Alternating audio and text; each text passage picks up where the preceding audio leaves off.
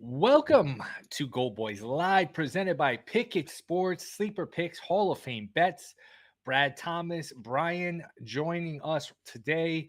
A lot to do. We are going to go through some week one NFL. We got a whole baseball card. Brad can give some college plays if you like. Hit us up, Twitch chats, YouTube chats. One game down, 271 left in the NFL. It was a strange game. The Chiefs lose to Detroit. A lot of weird coaching decisions, a lot of drop passes. Brian, Brad, what's going on, guys?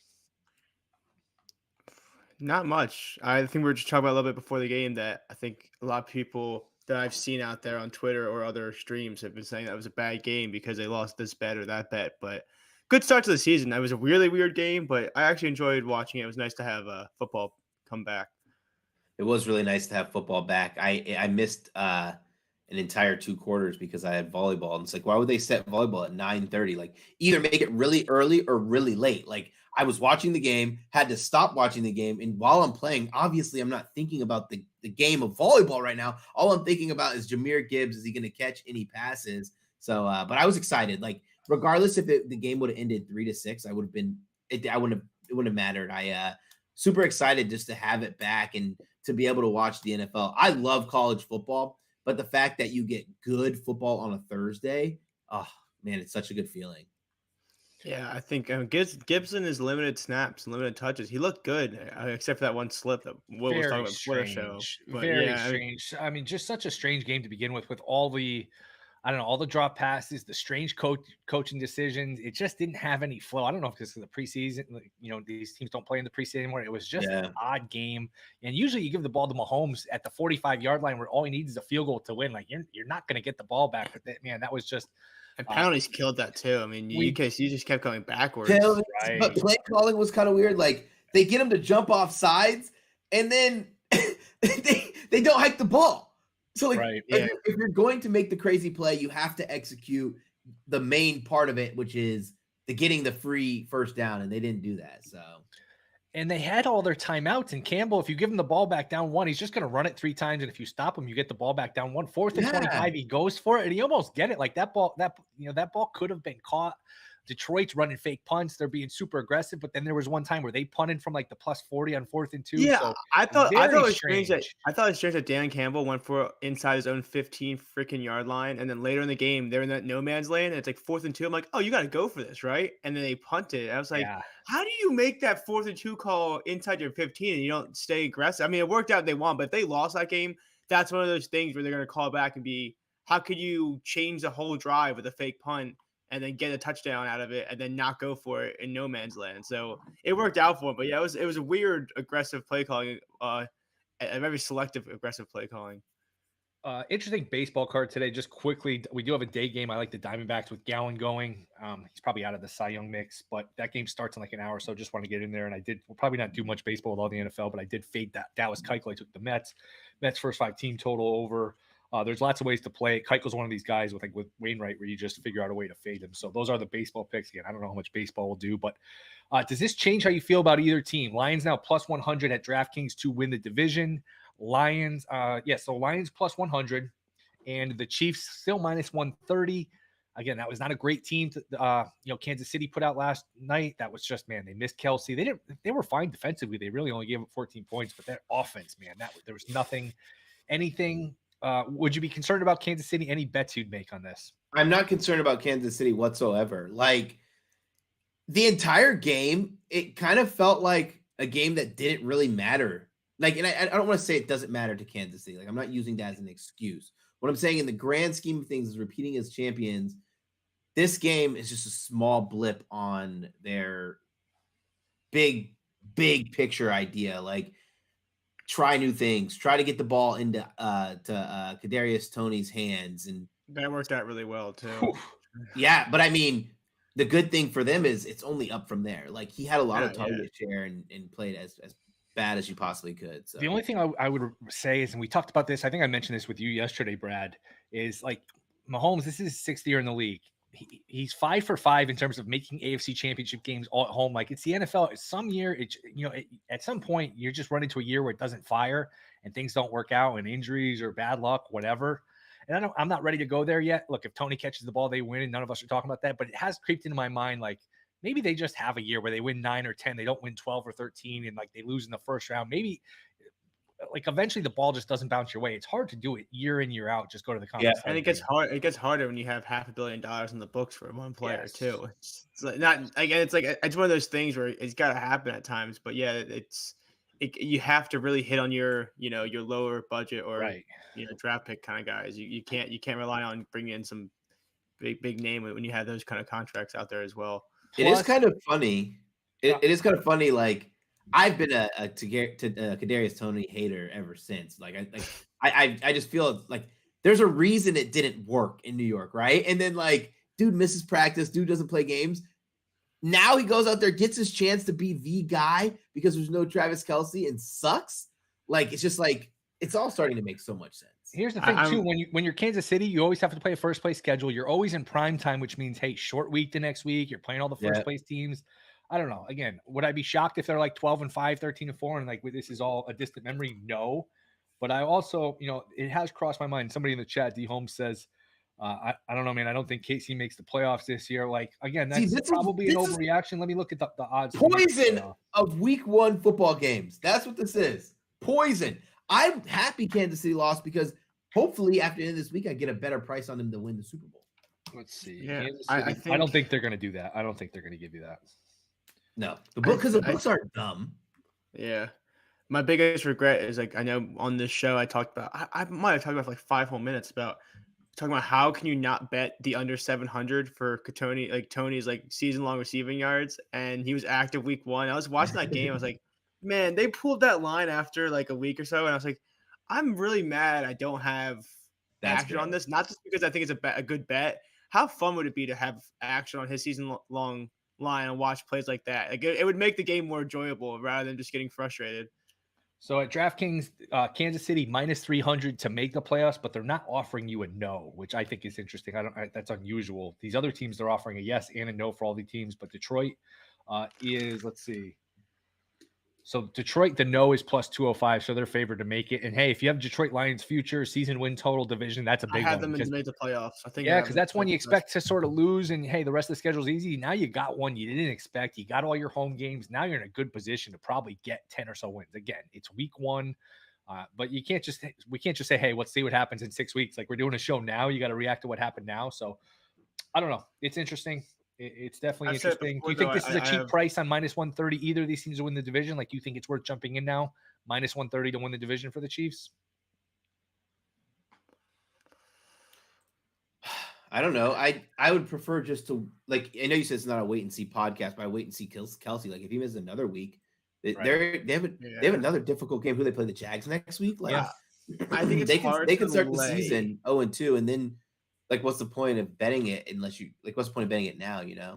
I think it's hard to lay -130 when Kelce, like everything we've seen about Kelce's injury is so conflicting in terms of he might be ready for week 1. We might be like out for 1 week, or some people are like, it's a bone bruise, which is harder to come back from than it seems. So I do understand that. I feel like at negative money there, it's hard to not know the status of the best player in this, like that kind of drives this offense outside of Mahomes, that is, but just to lay that kind of juice, a season-long prop is asking a lot. Kyle says everyone thinks they know how the year will go based off one game, and there's some truth to that, but there is some true, Kyle.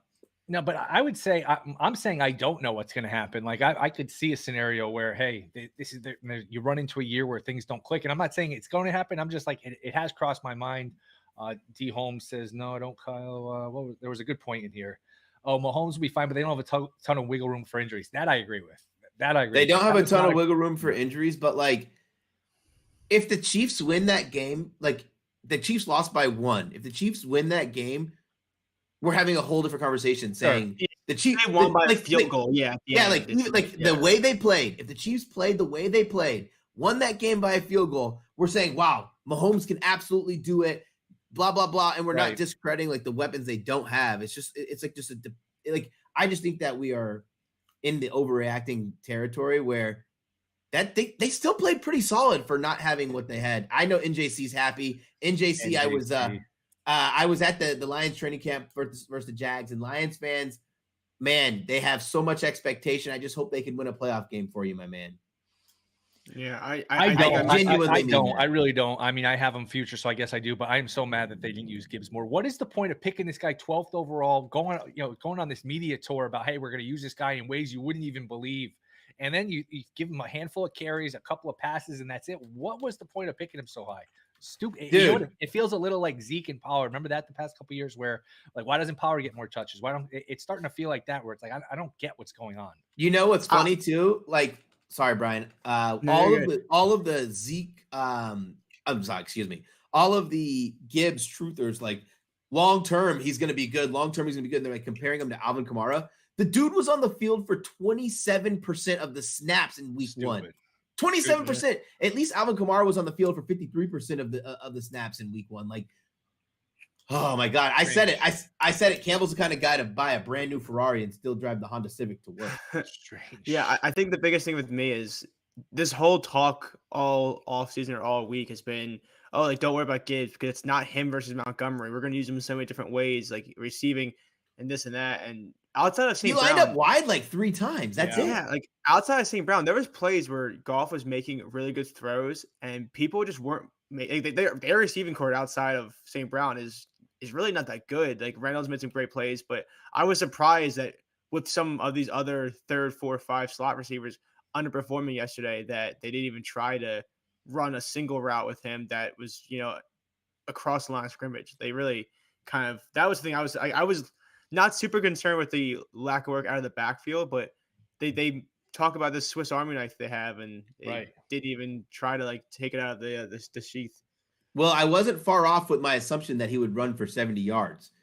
He was averaging 6 yards per carry, got to 40-something yards, but only had 7 carries. Like, he's got a nice little burst too, like that.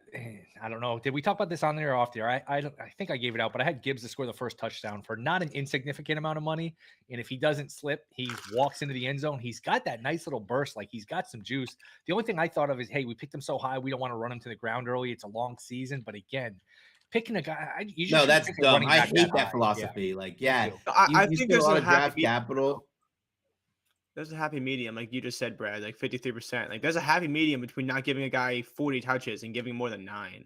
Well, there's and there's a disconnect. Be like, oh my God, I know you're not supposed to take a running back this high, but this guy's so good, we have to pick him. He's so good, we just have to break all the rules and pick him. Oh yeah, but we're not even really going to play him. We're going to ease them in. Yeah, but like, even if you're saying you're easing them in, like what the heck do you need to ease them in for? Because like.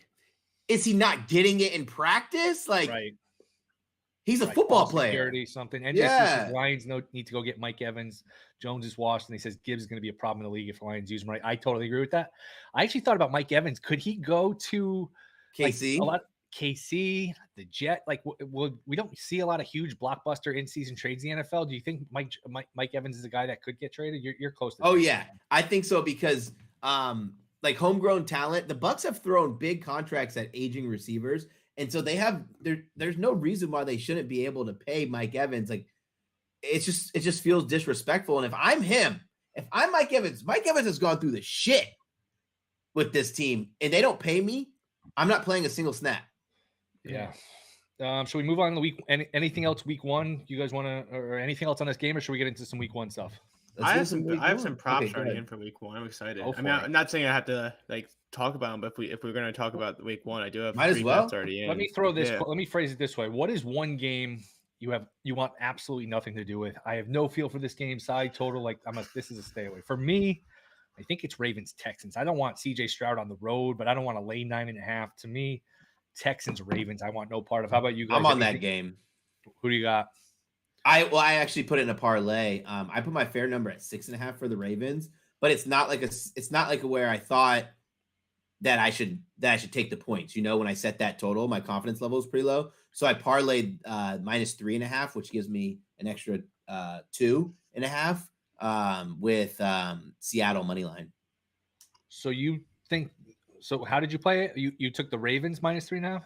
Ravens minus 3.5, Seattle money line. You could go up to 4.5. It's still inside my number too, but interesting because if you're showing value on Houston, wouldn't you want to bet Houston? What's like your the upways? Because my confidence level was lower. I thought there was more value in my number being correct for the Ravens than being incorrect for the Ravens, if that makes sense.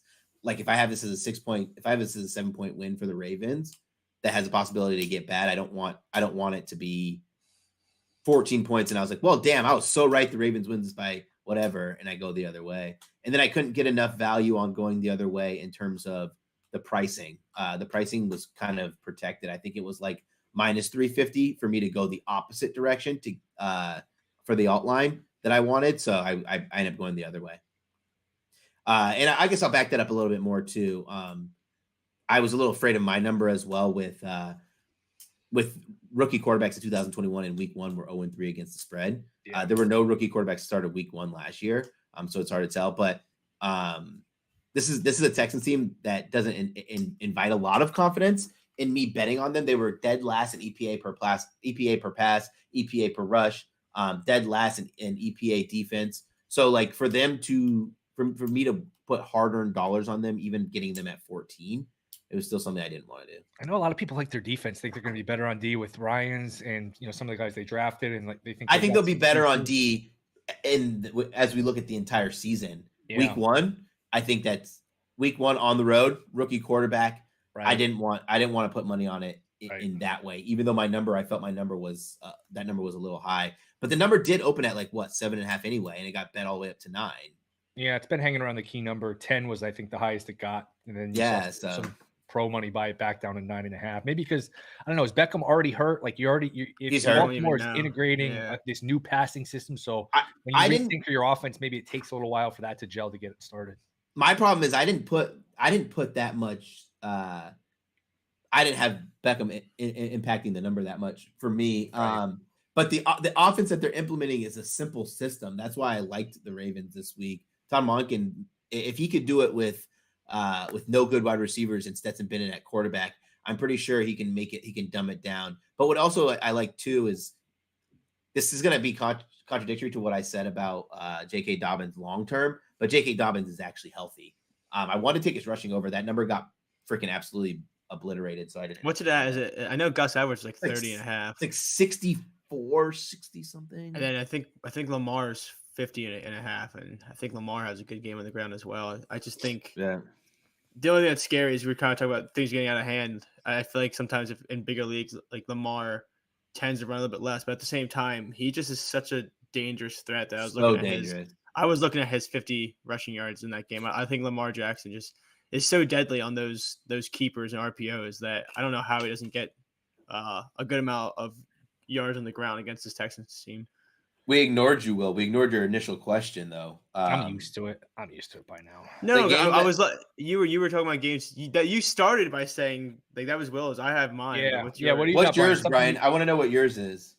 Mine, honestly, the one game I can't really get a handle on. I want to touch props or sidewise is the Cardinals and Commanders. It's 7 even, which means if you think that the Cardinals can keep with a touchdown or you think the Commanders can win by a touchdown, you're just pushing at 7. And I have no idea what to expect from Hal on this team or vice versa on this Cardinals team. It's just such a weird, like, two strange teams. I don't know how to back I would say tease it. And you know what? If you if the Cardinals beat me, you tease it down to a half a point or whatever. And if the Cardinals beat me, they beat me. I live with it. That's one where I'm comfortable with Washington as a teaser. Let's just go game by game here. And you guys give me a sentence, like not a minute, but just like, 30 seconds, just gut feeling. We'll just go, game by game. San Fran minus 2.5. Total 41.5. I've heard basically nobody picked San Fran. Everybody loves the Steelers. They had a great preseason. Brian, 49ers, Steelers, you have to bet it. What are your thoughts here in this game? Honestly, that's another one where I'll talk about prop wise or anything else because I do think the Niners stay in this game. I think they win this game. I actually was just about to say I bet it this morning. I took Brock Purdy under 32.5 pass attempts. I think it's just going to be a slower game. That's going to stay kind of because I don't know in what world this game's going to be so slow where he sees 33 passing attempts. That just sounds. Wait, did you think over or under?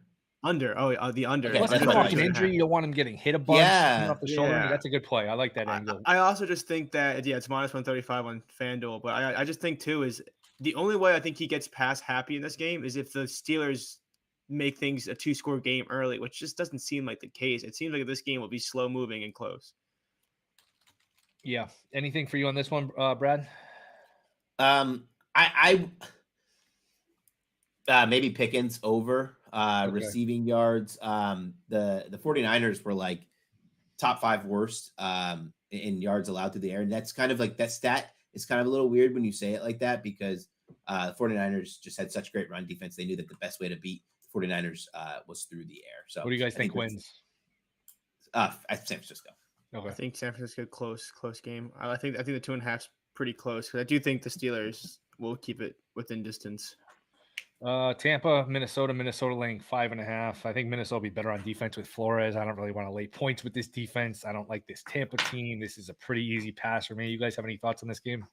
Pass for me, but I was tempted to take Tampa +6.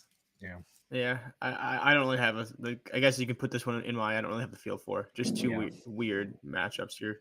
I could see Minnesota having a lead in Tampa, like driving for a backdoor or something like that. So I'd probably take the points. I hate laying points in week 1. You just as much as we think we know about this team, we have no idea. Like we really it's so tough. It's really hard for me. I only bet on technically one side bet the entire week, and that was my parlay that I made because it's so hard for us to say we're going to know how these teams are going to be, and like I think it's a little bit more controllable. Just obviously, this is going to sound dumb. I also just controllable to watch a game and bet in game than think we're going to know what's going to happen with all of these spreads. Like you're going to see the accounts, and this is more to the people watching. Like you're going to see these accounts that are going to have like 8 different sides, unless they have a tried and true model, like a computer algorithm that spits it out. I'd probably just be really cautious in week 1 with betting. And these games have been out since May. Like you've had all May to bet them. People are going to text you 10 minutes before the game. Hey, who do you like in this game? It's like, you know what? You've had forever to bet it. You're probably at different numbers. So yeah. How about Jags? Go ahead, Brian. I was going to say, it's also like just to kind of piggyback on both your points. I feel like a lot of people want to, like, obviously everyone wants all the action. It's hard to lay off action week 1, but I see people too that are like, oh, I'm betting this guy over 13.5, this, that, the others. Cause like, oh, the Niners played so much zone defense last year, this and that. It's like, well, you don't necessarily know what they're going to do with their new personnel or new systems in play. Like, you can't really use last year data to say, oh, they gave it the most rushing yards to quarterbacks last year. It's like, all right, and then they drafted 3 linebackers and changed coordinators, so you can't really use that kind of stuff for week 1 data. Jags laying 4.5 to Indy. I would take the Colts if anything. I think Jags are being a little overvalued here, but man, I don't know. It'd be Colts or nothing for me. You guys have anything on this one? I have Anthony Richardson 45.5, and I'm so mad that I missed under or over. Over. I'm so mad that I missed his opening line. It's only 4 yards, but that's a lot for a quarterback. Sure. But I said anything. I said anything 50 under 50. I was going to bet it. I've been saying this since he was announced. Since what we started doing our freaking competition. So I'm just sticking with my guns here. I could break down that bet if you guys want to, but pretty much it's like this is a Shane Steichen called team. Last year the Eagles averaged 5 QB designed plays, 3 QB sneaks per game, and then without Jonathan Taylor, I think it actually helps the rushing there. Because they're going to try to move the chains any ways possible. And Jonathan Taylor's not going to be that guy. So if you have those opportunities to pick up the 3 and 4 yards with Richardson, you have to take them. Totally agree. Bootlegs, RPOs, QB sneaks, those are going to add up. Plus he's raw as a passer too. So the best the best thing, and this makes me like Indy too, like the best thing that easily translates quickly as a rookie quarterback is when you can run, because that's one thing where you don't have to read defense. You don't have to read anything. It's just one read. If it's not there, hey, I take off and run. That's sort of a break glass in case of emergency that he has. This one's interesting. Bengals, Browns. To me, the Browns are a good teaser piece. I like Cleveland. Who knows if Burrow's healthy, even if he is. Like since he's done, Cleveland's done a good job. Be careful. Tone Stamp's in the chat.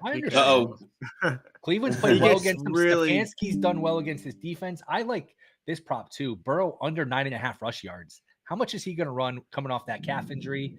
And look, I think he'll be able to throw just fine, but Schwartz, the new coordinator for the Browns, you figure he's going to blitz him a lot. And how does he hold up with the blitz? So to me, I think Cleveland here, this is Cleveland's the right side at +1. Yeah, Cleveland's a really good teaser leg this week. I had no actual bet in this game, but now that I think about it, because I did like Cleveland +2, but if I can tease that a little bit, I just need to find a pairing partner. I like that. Washington or Pittsburgh.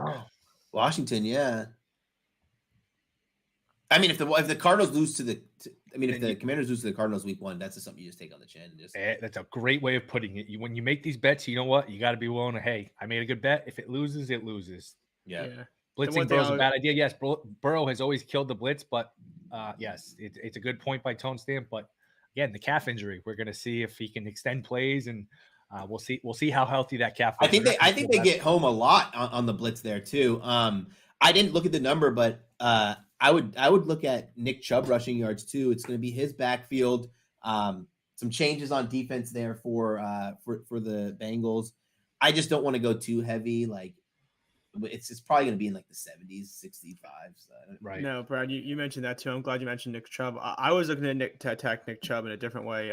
As much as I like his rushing total, his I saw earlier his receiving total is 11.5, and I think he's gonna be a lot more involved. Like I don't say a lot more involved, but his receptions is 2.5. And you're telling me the books, even though it's plus money to the over for 2.5, you give me 2 catches and I need 6 yards to catch. I think that's one of those ones where without Hunt in the picture, he's going to be a lot more involved in those little swing passes that Cleveland loves to do. So asking for 12 receiving yards from Chubb seems really adventurous and really nice. Yep. I mean, I don't know. Brad's got a heart out here, so go through. So we keep going. We still have time. Yeah, but I think people would much rather us focus on NFL than focus on college football. No, sure, but I mean, we still have like 10 games to go through here. I don't know. I'll be quicker too. Yeah, let's all just go real quick here. Titans Saints.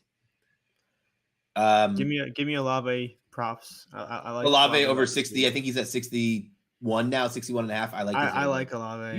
You young guys, you never just pick side or total. It's always some prop. It's like back in my day, we didn't have props, so I'm more of a side total guy. But look, I just think there's more edges in props you're week right. 1 as well. You're right. You're right. Yeah. Oh, don't worry. I'll have a ton of sides as we move forward. I just think week 1, especially too, I like to talk a lot more about props because it's easier to say, oh, I like how this guy looked in this system and this than to know how the whole team might look. All right, Panthers, Falcons laying 3.5. Let's just stick with sides for now, just because I want to get your guys' feel on these teams in general. Just Panthers plus 3.5. I'm with you. It's not a popular pick, but that's why I kind of like it even more. Everyone's picking it. It's one of those ones where you're gonna have to trust the rookie quarterback, which is so tough. But Miles Sanders rushing over. Sorry, I know we weren't talking props, but I like Miles Sanders rushing over. Can't help yourself. Eagles laying 4 to the Patriots. It's gonna be really dumb, but I'm taking the 4. I'm laying the 4 with the Eagles. Oh, okay, yeah, that's one where I kind of want no part of. I don't want any part of it, but I'm gonna bet it and have. It's not gonna be something I post on my Twitter page. It's gonna be just fun, personal. I like Jalen Hurts, and I don't know. That's one where you feel dumb if you lose no matter what, because like Belichick at home getting points, good defense. Yeah. But there might be a scenario where Philly just has so much more talent, but this might be rainy weather. 45 looks like a lot. I think New England is going to run it, try to keep the ball close. Belichick's got a habit of when a team has more speed than them, they forget to cut the grass for a few days. Grass is a little longer, slow down the speed a little bit. So under 45 to me is a good bet.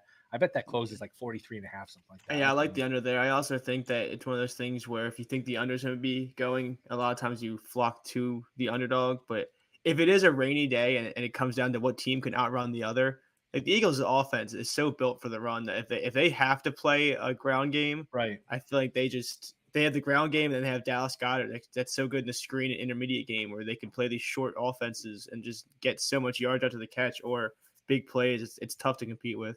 This one I like. Miami -3 against the Chargers -3 against the Dolphins. I like the +3 with Miami.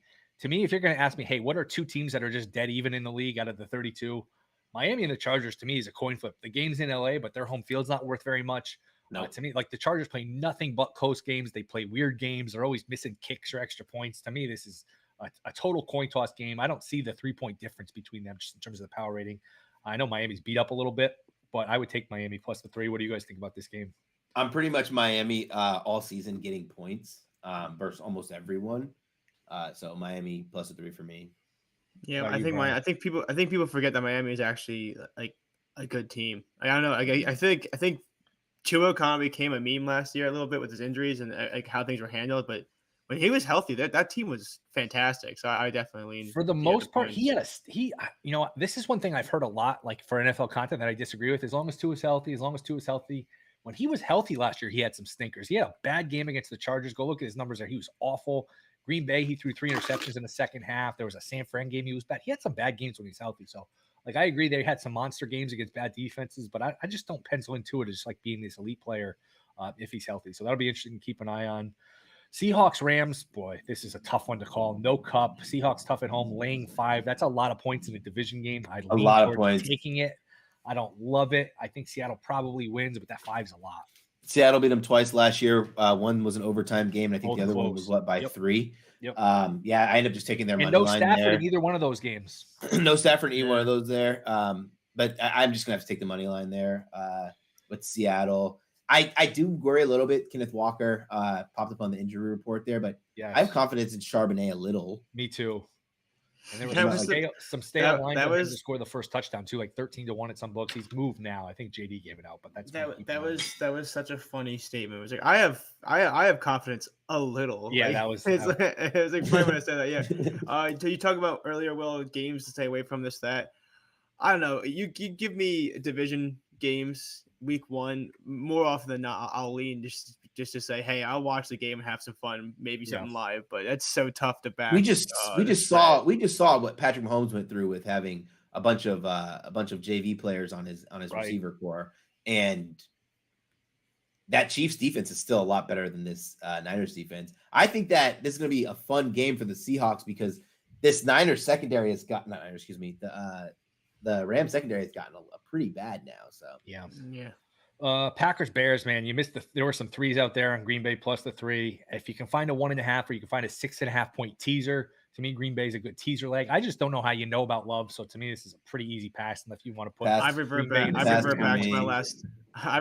my last statement. You give me a division game week 1, I'm most likely going to not touch it. So I don't know. Like this is one where I think there's so many better games out here. If you're betting sides or totals, it's quite literally this is a pick 'em right now with the ones, and you just have to pick what team you think has the edge. Where there's not really a spread, and you could look really stupid real fast doing that with the 50-50 coin tosses. Yeah, we can go quicker on these two to get right out of here. Let's see, Raiders Broncos. This is moved down. It was like Raiders plus 5, 5.5. Now it's 3.5. Again, I can't lay points with this Broncos team division game when the Raiders are healthy. Like once you get Garoppolo, now that he's healthy, like I'm sure he'll be hurt by week 4 or week 8, but with him healthy with his weapons, I could see this being a field goal game. So I would take the Raiders plus the 3.5. You guys have any opinion on this one? Pass for me, Daniel Carlson over 1.5 field goals. Let's do it this way. You have to bet it. Who would you take? Let's do that for the rest of these games. You have to bet it. Denver at 3. I go down. Where are you seeing 3? I'm looking at it right now. Is it? If I have to bet the points, I'll go with the 3.5. Denver -3, -120 is what I'm looking at right now. What book is that? I just have offshore pulled up. Okay. If I open DK or FanDuel, it slows my computer too far down. That's interesting. I mean, again, shop around, use Pickett, our great sponsors, Pickett, Sleeper, Hall of Fame bets. We appreciate them. Can I put one tidbit here? Yeah. Line movers of -1.5, like the opposite direction, only cover in 48% of the games since how many years? Since 2008. So that's 4,043 games. So like, if you're thinking that you're going to get value on the Raiders when they've already gone down 1.5, you're actually losing value a ton. It's like a massive amount. Again, you don't want to be the last guy at the buffet. Good numbers win like that. If I remember correctly, that's the second highest. The highest is 3.5. That's the biggest one you want to avoid, obviously. All right. Giants Cowboys, to me, look, I hate laying 3.5 in a division game, and look, I've been taking the points with all these games. To me, Dallas is just a much better football team than the Giants. Better on every facet. The Giants played no competitive games against good teams last year. It was a lot of coaching. It was a lot of smoke and mirrors. Dallas winning this game by a touchdown is not far-fetched for me. I hate the laying 3.5. I hate laying on the road, division game, all that stuff. But I would do it. I'm probably going to end up betting Dallas here. What do you guys think on this game? This is a pass for me, but if gun to my head, I have to take the Giants. Giants at home. Dallas starts slow week 1 historically too. So give me the Giants.